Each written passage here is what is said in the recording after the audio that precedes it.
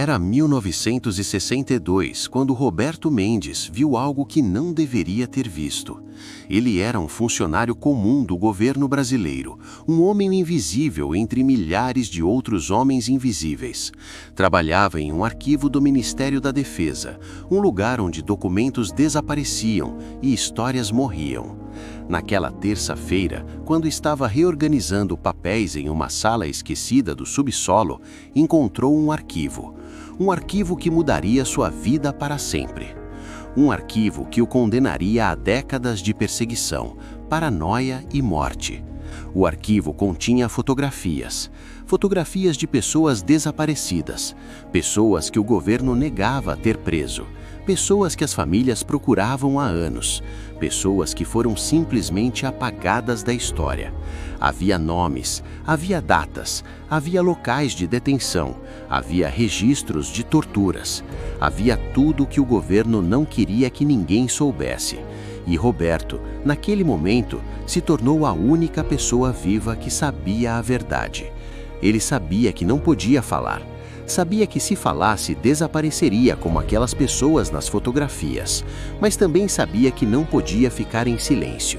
Então fez a coisa mais perigosa que um homem pode fazer em um regime autoritário. Começou a copiar os documentos.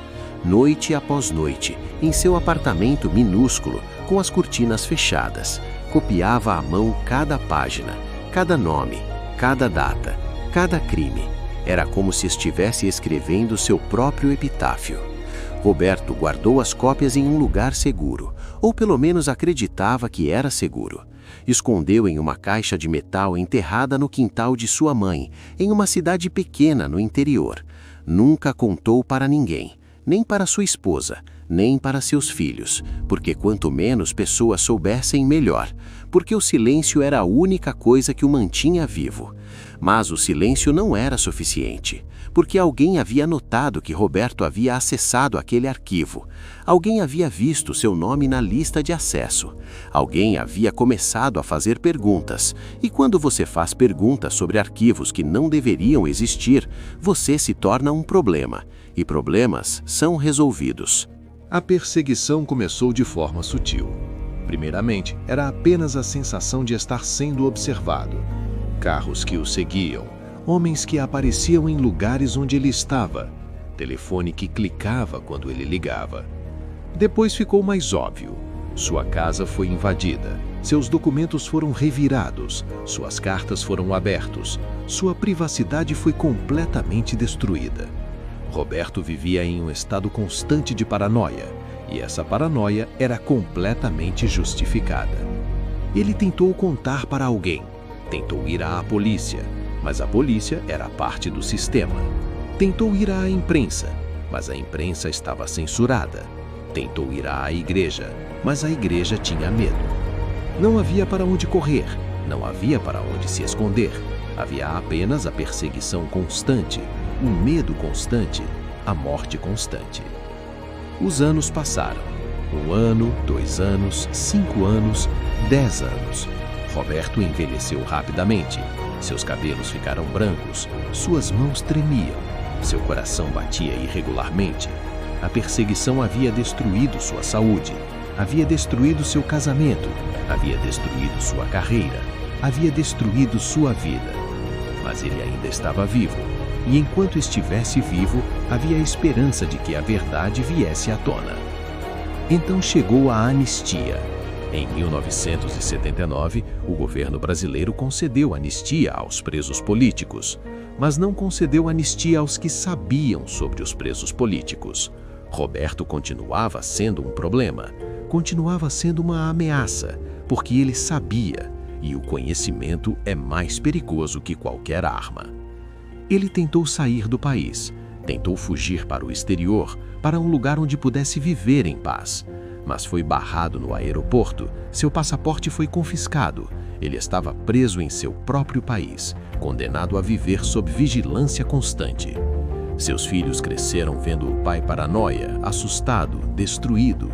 Sua esposa envelheceu cuidando de um homem que vivia em medo constante. Décadas se passaram. A ditadura terminou. A democracia voltou.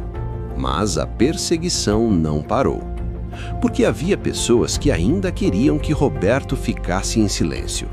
Havia pessoas que ainda tinham interesse em que a verdade não viesse à tona. Havia pessoas que ainda o vigiavam, ainda o ameaçavam, ainda o perseguiam. Roberto nunca contou para ninguém sobre o arquivo enterrado no quintal de sua mãe. Sua mãe morreu. Seu quintal foi vendido. O arquivo desapareceu. Talvez tenha sido encontrado. Talvez tenha apodrecido na chuva. Talvez tenha sido destruído. Ninguém sabe. Roberto levou o segredo para o túmulo. Quando Roberto morreu, em 2008, aos 84 anos, a causa oficial foi infarto. Mas aqueles que o conheciam sabiam a verdade. Ele morreu de medo, morreu de paranoia, morreu de uma vida inteira de perseguição. Morreu sabendo que havia visto algo que não deveria ter visto e que essa visão havia destruído tudo. Mas a história de Roberto não termina com sua morte, porque anos depois pesquisadores descobriram documentos que confirmavam tudo o que ele havia visto. Documentos que provavam que o governo havia realmente desaparecido com pessoas. Documentos que validavam sua paranoia. Documentos que confirmavam que ele havia estado certo o tempo todo. Mas Roberto já estava morto. Ele nunca soube que havia sido validado. A lição de Roberto é simples, mas devastadora. Quando você vê algo que não deveria ver, você se torna um alvo. Quando você sabe algo que não deveria saber, você se torna uma ameaça. E quando você é uma ameaça, há pessoas dispostas a destruir sua vida para silenciá-lo. Roberto Mendes foi um homem que viu a verdade.